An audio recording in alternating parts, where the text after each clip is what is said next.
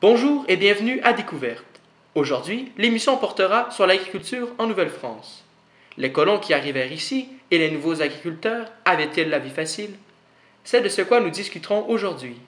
En effet, nous croyons que le travail agricole en Nouvelle-France était un métier très difficile, car le climat était très rude et les colons n'avaient pas d'expérience en matière d'agriculture, étant donné qu'ils n'étaient pas agriculteurs de métier en France. Nous parlerons de ce sujet avec les différents aspects suivants: les éléments cultivés, les techniques agricoles, le cycle des saisons, le travail homme-femme et les outils. Mais avant de parler du travail agricole, il est important de parler de l'organisation des territoires. Mais allons dans un endroit un peu plus calme. L'organisation dans laquelle les colons français pratiquaient leur métier de 1627 à 1854 se nommait le régime seigneurial. Le système seigneurial va jouer un rôle très important dans le développement de la colonie de la Nouvelle-France.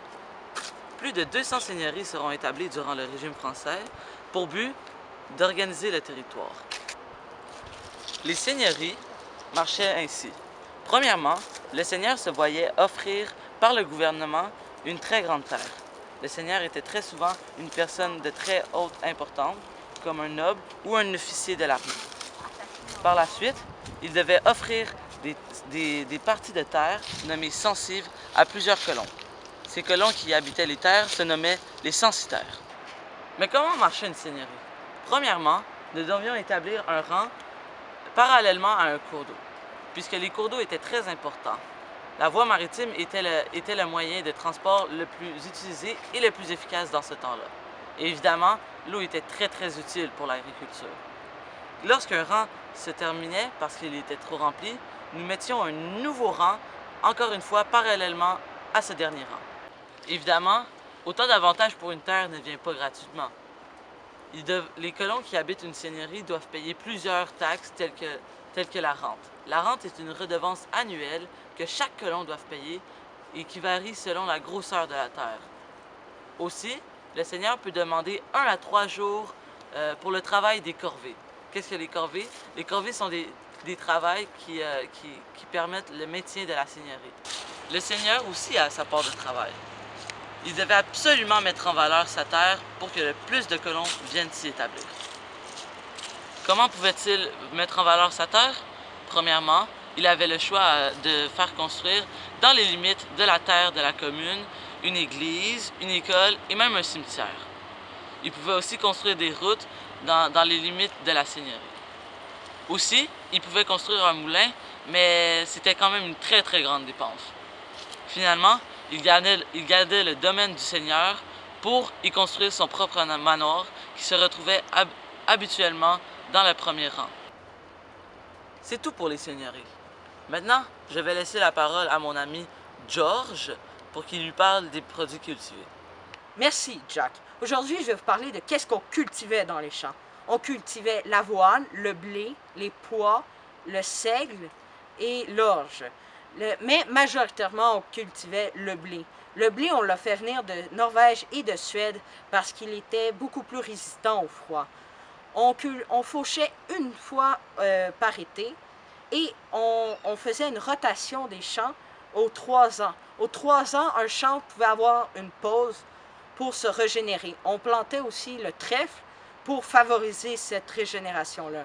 Ce n'est pas juste dans les champs que l'on cultivait en Nouvelle-France. Chacun avait son jardin potager qui était très diversifié.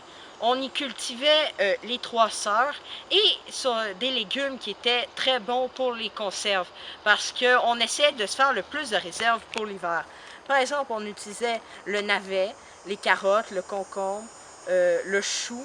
La salade n'était pas très bonne pour les conserves, mais c'est pas grave, on le cultivait parce qu'on en raffolait. On cultivait aussi l'oignon et dans les jardins un peu plus nobles, on cultivait l'artichaut et les asperges. Mais partout dans les jardins, l'élément le plus cultivé était l'oignon rouge. Dans les jardins potagers, on utilisait une technique qui s'appelait le compagnonnage. C'est en fait de placer une plante avec des vertus spéciales pour aider à faire pousser une autre plante. C'est ça qu'on utilisait pour aider à faire accélérer et maximiser les récoltes dans son jardin. Donc, le cycle des saisons. Donc, en hiver, c'est la période où est-ce qu'on va soigner les animaux. Alors, habituellement, un habitant va posséder de 2 à 4 vaches, de 2 à 4 bœufs, 2 cochons, une douzaine de poules, quelques moutons et parfois un cheval. Ensuite aussi, durant l'hiver, c'est là que l'habitant va couper le bois. Donc, il va s'en servir comme du bois de chauffage. Et aussi, vu qu'il coupe des arbres, ça va défricher sa terre. Ensuite, au printemps, c'est là où est-ce que l'habitant a le plus de travail à faire. Donc, premièrement, il doit sortir ses animaux au champ. Il va commencer à semer le blé, l'orge et le seigle. Ça dure plutôt longtemps parce que ça peut durer jusqu'à 3 semaines la saison où est-ce qu'il va semer. Ses épouses et ses enfants, eux autres, ils vont s'occuper plus du potager. Donc, ils vont commencer à le désherber, l'entretenir et à planter les légumes. Donc en été, on entretient les bâtiments après les débris qui ont été causés durant l'hiver. On va entamer la fenaison qui durera 3 semaines à la fin juillet. On va amasser le foin pour nourrir les animaux durant l'hiver et de plus durant l'été. En fin août, on va récolter le blé qui a été battu en décembre durant l'hiver. En septembre et en octobre, on va labourer la terre, rentrer le bétail pour l'hiver. On va abriter le bois de chauffage pour pas qu'il prenne l'eau et qu'il puisse durer tout l'hiver. Et on va entreposer les aliments dans les greniers et on va en faire des cannes de conserve qui vont durer tout l'hiver. Donc, moi, je vais vous parler du rôle des hommes et des femmes en agriculture en Nouvelle-France. Donc, les hommes s'occupaient plus des champs, tandis que les femmes s'occupaient plus du potager. Par exemple, les femmes vont aider les hommes dans les champs durant le temps des récoltes parce qu'il y avait beaucoup plus de travail. Les femmes vont aussi beaucoup aider à la transformation des produits agricoles qui ont été faits dans les champs ou bien dans les potagers. Donc, par exemple, les femmes vont faire les conserves avec les légumes. Donc, ça va leur servir pour l'hiver comme réserve. Ils vont aussi, avec la graisse des animaux d'élevage, ils vont aussi faire du savon. Ils vont aussi faire du beurre. Le beurre, ça, c'est avec le lait. Et puis ces autres qui vont faire les salaisons. Donc ça, les salaisons, en fait, c'est la conserve de viande avec du sel.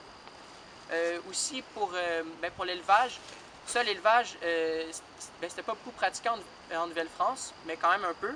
Donc, ils élevaient des bovins, des cochons puis de la volaille. Donc, principalement pour se nourrir, mais aussi avec la graisse, comme je l'ai dit, ils pouvaient faire du savon. Avec la peau, ils peuvent se faire des manteaux, puis ils peuvent faire des tissus. Et puis aussi, beaucoup pour le cuir aussi. Donc avec la peau des bovins, ils peuvent se faire des bottes, des ceintures, donc d'étiquettes qui est en cuir. Oui, donc en effet, les agriculteurs qui arrivaient en Nouvelle-France se voyaient donner de vastes terres, qui étaient en fait plutôt de vastes forêts. Les outils auxquels ils avaient recours n'étaient pas très variés. Le travail s'avérait donc très difficile. Comparons-le avec les agriculteurs d'aujourd'hui, ils n'avaient pas d'animaux ou de machinerie pour effectuer le travail. Ils effectuaient donc le travail et les récoltes à l'aide de simples outils. Par exemple, le javelier était comme un peu un râteau d'aujourd'hui auquel on ajoutait une lame de métal. Ça permettait de couper et d'amasser le foin en tas. Sinon, il y avait le fléau qui était un outil qu'on maniait à la main qui permettait de battre le blé et le lin.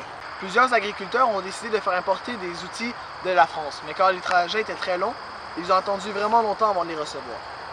Puis ensuite, avec les surplus qu'ils ont faits, ils ont commencé à les vendre pour faire du profit. Et c'est avec les profits qu'ils ont commencé à acheter des animaux comme des bœufs.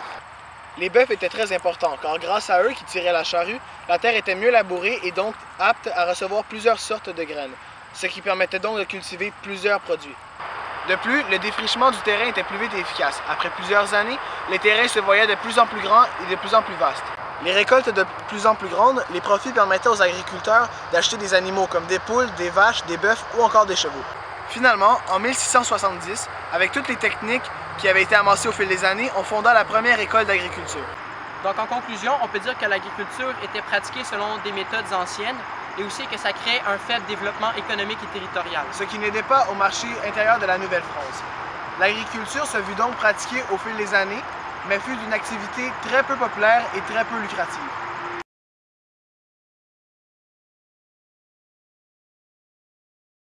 Pratiquaient leur métier depuis 1600. Fuck!